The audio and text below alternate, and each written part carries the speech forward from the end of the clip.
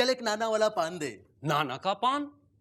अरे ये पान कहाँ से लाएं? हमरे नाना को मरे पूरे 20 साल हो गए। मैं अपनी बात कर रहा हूँ, अपनी। अच्छा, तुम भी नाना हो का? अरे मैं नाना हूँ, नाना हाटेकर। अरे नाना हाटेकर जी, इतने दिनों से क्या कर रहे थे आप? मैं इतने दिनों से घर पे बैठा था, यही सोच रहा था कि क्या करूं। अरे इसमें सोचने की क्या बात है? किसी ब्लड बैंक में काम कर लेते, इसका उसका खून मिलाने में तो आप माहिर हैं। करके दिखाओ ना। हाँ तो देख, ये हिंदू का खून और ये मुसलमान का खून, ये दोनों को मिला दिया। अभी बता, ये इसका खून या उसका खून? फलाने का खून कि ढिमाके का खून? अरे काय को जाता था? ए अब्दुल इधर आ, बीड़ी जला, खुद ही पीने को उगला। इसको लेके जा कोपचे में, समझा? नहीं समझे तो गोली मार दे, गोली मार दे। तुम बहुत सुना चुके, हमरी 4 लाइन सुन लो। हाँ सुना। नाना जी, इतना गुस्सा क्यों दिखाते हो? अपने साथ साथ दूसरों का बीपी भी बढ़ाते हो। सर दर्द देने वालों को भला कौन बाम देता है? वो जो डायरेक्टर को चाटा मारे उसे कौन काम देता है? साला छोटा सा तो मगज है, उसको भी खराब कर दिया। हट! नमस्कार देवी और सज्जनों, लेट्स प्ले एबीसी यानी अब बकवास चालू। आज जो हमारे सामने हॉट सीट पे बैठने वाले हैं, ये दरअसल बहुत मजबूर हैं, क्योंकि जो भी हीरोइन ये देखते हैं उस पर फिदा हो जाते हैं। तो स्वागत कीजिए मजबूर फिदा हुसैन। आइए आइए। आदाब। आदाब आदाब। माधुरी कहाँ है? तब्बू कहाँ है? अरे अरे अरे हुसैन साहब, आपने क्या मुझे इन दोनों का एजेंट समझा? और वैसे मैं आपको एक बात बता दूं, जब से आपने इन दोनों को लेके फिल्में बनाई हैं, ये दोनों हीरोइनें बर्बाद हो गई। अरे क्या बकवास है ये? अरे करेक्ट करेक्ट, आप सही जगह आए। हमारे शो का नाम है अब बकवास चालू। यहाँ होती है सिर्फ और सिर्फ बकवास। बैठिए, तशरीफ रखिए। हुसैन साहब, कैसी तबीयत? तबीयत तो ऐसे ही चल रहा है। अभी भी आप नंगे पैर घूम रहे हैं? हाँ बिल्कुल, देखिए। और नीचे नीचे रख दीजिए। आपके लिए पहला सवाल कंप्यूटर स्क्रीन पर। हुसैन साहब, ये रहा। आपकी बनाई हुई पेंटिंग को देख के लोगों के रिएक्शन क्या होते हैं? ऑप्शंस आर: ए, क्या तस्वीर है? बी, ये तस्वीर है? सी, ये कैसी तस्वीर है? या डी, क्या बकवास है? अरे क्या बकवास है? सही जवाब, सही जवाब। आपकी पेंटिंग को देखकर लोग यही कहते हैं। अरे नहीं नहीं, ये तो मेरी रिएक्शन थी। अरे भैया, आपके रिएक्शन जो हैं आपकी पेंटिंग से ज्यादा बकवास है। मुबारक हो, बहुत खूब, बहुत खूब। और हुसैन साहब, आपके लिए अगला सवाल कंप्यूटर स्क्रीन पे आ रहा है और ये रहा। इनमें से आपको सबसे ज्यादा क्या पसंद है? आपके ऑप्शन है: ए, पेंटिंग बनाना, बी, हीरोइनों को पटाना, सी, माल बनाना, या फिर डी, कंट्रोवर्सी खड़ी करना। आई, ये तो बहुत आसान सवाल है बेटा। ए, पेंटिंग बनाना।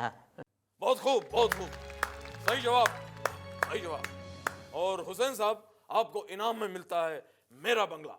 आपका बंगला? पेंटिंग करने के लिए। दीपावली आ रही है। क्या बकवास है ये? जय महेश जय महेश जय महेश भट्टदेवा। फिल्में नहीं चलती पर म्यूजिक बहुत चलता। जय महेश जय महेश जय महेश भट्टदेवा। बोलो बालक, क्या कष्ट है तुम्हें बालक? बाबा, मेरे सर पे कुछ ही बाल बचे हैं, लेकिन मेरी लाइफ में बच्चे और शादी का दूर दूर तक कोई भी स्कोप नजर नहीं आ रहा है। अब आप ही बताओ मैं क्या करूं? तुम्हारी कुंडली में जो दोष है, उस दोष का नाम है राकेश। है? इस दोष में जवानी में ही सर से गायब हो जाते हैं सारे के सारे केश। लेकिन मैं तो अभी सिर्फ स्वीट 30 हूं। मैं एक लड़की से बहुत प्यार करता हूं, लेकिन वो मेरे बालों की वजह से मुझे घास तक नहीं डालती। बालक, सबसे पहले तुम्हें शांत करनी पड़ेगी उसकी तमन्ना, जिसका नाम है भगवान श्री अक्षय खन्ना। सबसे पहले उसके मंदिर में जाकर अपने बचे कुचे बालों का करो मुंडन, और उसके बाद देखना तुम्हारे सर पर बाल उगेंगे जैसे ग्रास इन अ गार्डन। ग्रास इन अ गार्डन? और लड़की कहेगी, ओ माय डियर रोमियो, अब तक कहां थे आप? फिर भी अगर लड़की ना मानी तो चले जाना भगवान श्री सल्लू के मंदिर में और चढ़ाना 101 वांटेड की माला, तो इसी लड़की की शक्ल की मिल जाएगी तुम्हें कोई और बाला। Problem solve. Problem solve. बाबा बाद में अरे भिखारी, अरे अरे अरे इधर किधर घुस के आए तुम? ए भाई, मैं यहाँ पे भीख मांगने नहीं आया हूँ, मैं यहाँ पे पैसा लगाने आया हूँ। कितना पैसा लगाएगा?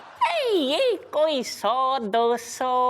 उठ उठ, 100-200 रुपए में क्या आता है?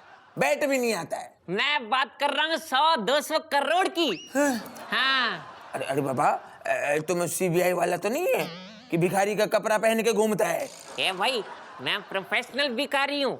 ये देख मेरा विजिटिंग कार्ड, कभी विजिट करना मेरे ऑफिस में। हाँ, अब बताओ कि मैं किस पे पैसा लगाऊं। मुझे कोई ऐसा प्लेयर बताना जो मुझे रन आउट ना करा दे। आप प्लेयर पे पैसा मत लगाओ, पिच पे पैसा लगाओ। लेकिन मेरा तो मन कर रहा है अंदर से डीपली हार्टेड कि मैं इंडिया पे पैसा लगाऊं। इसीलिए तुम्हें बोलते हैं ना सर, ये जितना भी बड़ा बड़ा टीम है, ऑस्ट्रेलिया, न्यूजीलैंड, साउथ अफ्रीका, ये लोग जब खेलता है तो इनको पिच का कोई प्रॉब्लम नहीं होता है।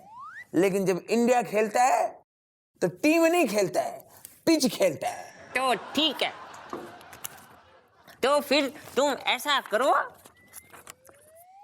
पूरा 150 करोड़ और 1 रुपया लगा दो।